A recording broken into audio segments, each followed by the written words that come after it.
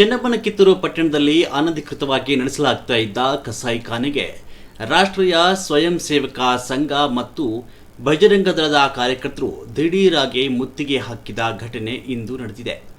ಬಕ್ರೀದ್ ಹಬ್ಬದ ಹಿನ್ನೆಲೆಯಲ್ಲಿ ಗೋವುಗಳನ್ನು ಬಲಿ ನೀಡಲು ಇಲ್ಲಿ ಅಕ್ರಮವಾಗಿ ತಂದು ಸಂಗ್ರಹಿಸಲಾಗಿತ್ತು ಎನ್ನಲಾಗಿದ್ದು, ಈ ಬಗ್ಗೆ ಖಚಿತ ಮಾಹಿತಿ ಪಡೆದ ಕಾರ್ಯಕರ್ತರು ದಾಳಿ ನಡೆಸಿದ್ದಾರೆ. ಕಸಾಯಿಖಾನೆಗೆ ಮುತ್ತಿಗೆ ಹಾಕಿದ ತಕ್ಷಣವೇ ಕಾರ್ಯಕರ್ತರು ಸ್ಥಳೀಯ ಆರಕ್ಷಕ ಅಧಿಕಾರಿಗಳಿಗೆ ಮಾಹಿತಿ ರವಾನಿಸಿದ್ದಾರೆ.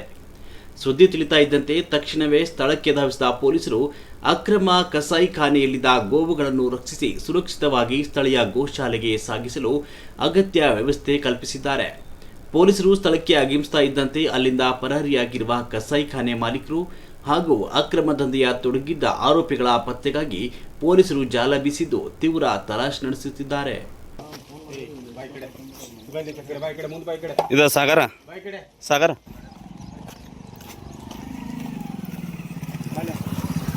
ಕಾತೆಗಿರೋ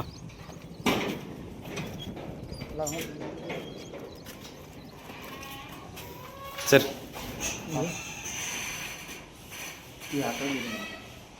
ತಡಿ ತಡಿ ಮಾಡ್ತೇನೆ.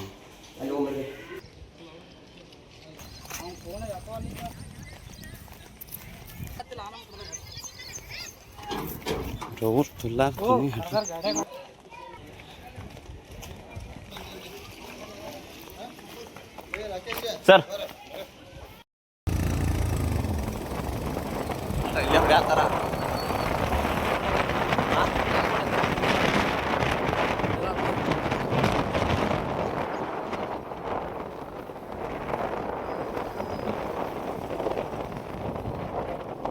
ಹೊಡಿ